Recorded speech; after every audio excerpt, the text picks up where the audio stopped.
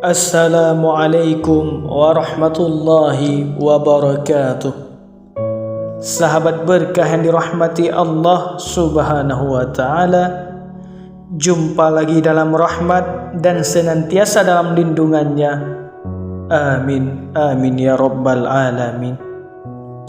Semoga melalui kisah yang akan kita bahas dapat menebarkan syiar-syiar Islam bagi kita semuanya, khususnya sahabat berkah. Amin ya rabbal alamin. Pada kesempatan singkat kali ini, kita akan membahas tentang peristiwa Ramadan yang memilukan. Namun sebelum berlanjut, marilah kita tebarkan syiar melalui channel ini dengan cara klik like, subscribe, share, dan jangan lupa tekan tombol loncengnya agar semakin bermanfaat. Amin ya rabbal alamin. Hukum itu milik Allah, wahai Ali, bukan milikmu dan para sahabatmu. Itulah teriakan penolakan Khawarij Abdurrahman bin Muljam al-Muradi ketika menebas tubuh Imam Ali karamallahu wajhah pada saat bangkit dari sujud salat subuh pada 19 Ramadan 40 Hijriah itu. Abdurrahman bin Muljam menebas tubuh Sayyidina Ali bin Abi Thalib dengan pedang yang sudah dilumuri racun yang dahsyat. Racun itu dibelinya seharga 1000 dinar. Tubuh Sayyidina Ali mengalami luka parah, tapi beliau masih sedikit bisa bertahan. 3 hari berikutnya, 21 Ramadan 40 Hijriah, penghuni syurga itu hilang di tangan seorang muslim yang selalu merasa diri paling Islam.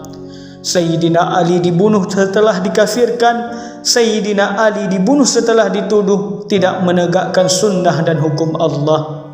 Sayyidina Ali dibunuh atas nama hukum Allah. Itulah kebodohan dan kesesatan orang Khawarij yang saat ini masih ngetren ditiru oleh sebagian umat muslim, yang semangat agamanya tinggi tapi tidak paham substansi dari wahyu Allah yang mereka baca.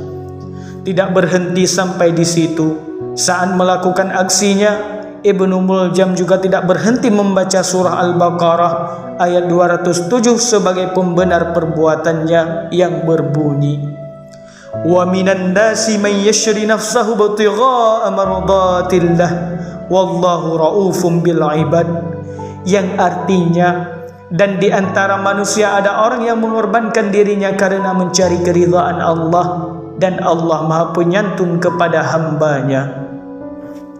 Maka sebagai hukuman atas kejahatannya membunuh Khalifah Ali, Ibnu Muljam kemudian dieksekusi mati dengan cara qisas. Proses hukuman mati yang dijalankan terhadap Ibnu Muljam juga berlangsung dengan penuh dramatis. Saat tubuhnya diikat untuk dipenggal kepalanya, dia masih sempat berpesan kepada Al-Gojo, wahai Al-Gojo, janganlah engkau penggal kepalaku sekaligus, tetapi potonglah anggota tubuhku sedikit demi sedikit, hingga aku bisa menyaksikan anggota tubuhku disiksa di jalan Allah. Ibnu Muljam meyakini dengan sepenuh hati bahwa aksinya membunuh suaminya Sayyidah Fatimah, sepupu Rasulullah yang dijamin menjadi penghuni syurga, dan ayah dari Sayyid Al-Hasan dan Al-Husain itu adalah sebuah aksi jihad fisabilillah, membela agama Allah. Seorang ahli syurga meregang nyawa di tangan seorang muslim yang meyakini aksinya itu adalah di jalan kebenaran demi meraih syurganya Allah. Potret Ibnu Muljam adalah realita yang terjadi pada sebagian umat Islam di era modern ini. Generasi pemuda yang mewarisi Ibnu Muljam itu giat memprovokasikan untuk berjihad di jalan Allah dengan cara memerangi dan bahkan membunuh nyawa sesama kaum muslimin. Siapa sebenarnya Ibnu Muljam? Dia adalah seorang lelaki yang salih secara zahir, zahid, bertakwa, dan mendapat julukan Al-Mughri.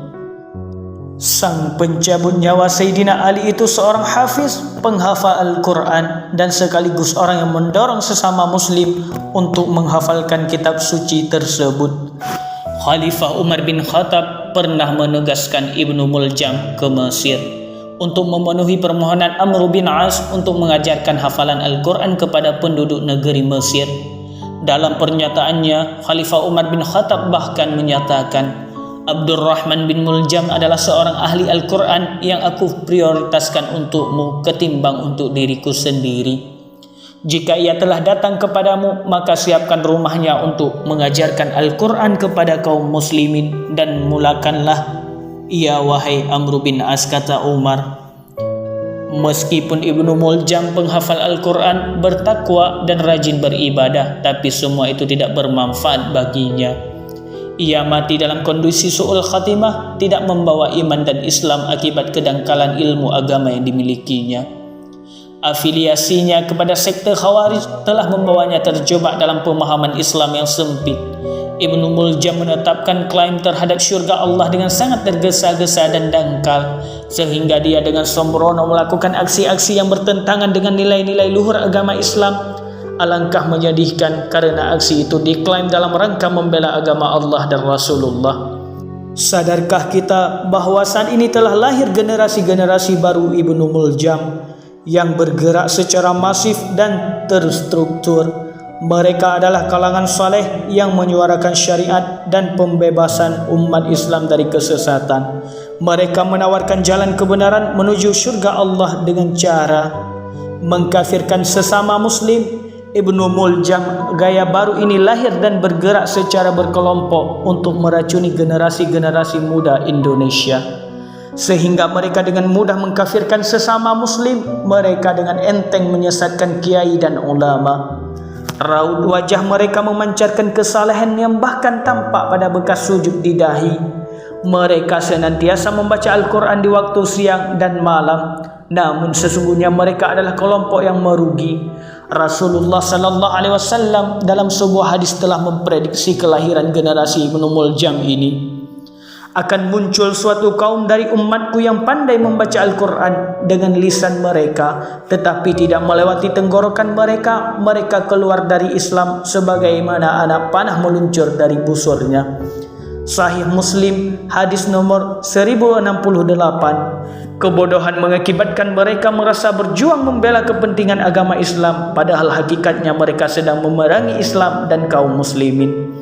Wahai kaum muslimin, waspadalah pada gerakan generasi Ibnu Muljam ini. Mari kita siapkan generasi muda kita agar tidak diracuni oleh golongan Ibnu Muljam gaya baru. Islam itu adalah agama rahmatan lil alamin. Islam itu adalah agama keselamatan. Islam itu merangkul dan bukan memukul. Ihdinas siratal mustaqim, siratal ladzina an'amta 'alaihim ghairil maghdubi 'alaihim waladdallin. Amin. Sahabat berkah dirahmati Allah, mengikuti dengan perkembangan zaman, semoga kita dijauhkan oleh Allah dan tidak termasuk ke dalam golongan Abdurrahman bin Muljam. Semoga kita senantiasa dalam lindungannya Allah dan keberkahannya Allah, dan selalu mengikuti perintahnya Allah dan selalu menjauhi larangannya. Amin ya rabbal alamin. Sekian sahabat berkah dirahmati Allah. Wassalamualaikum warahmatullahi wabarakatuh.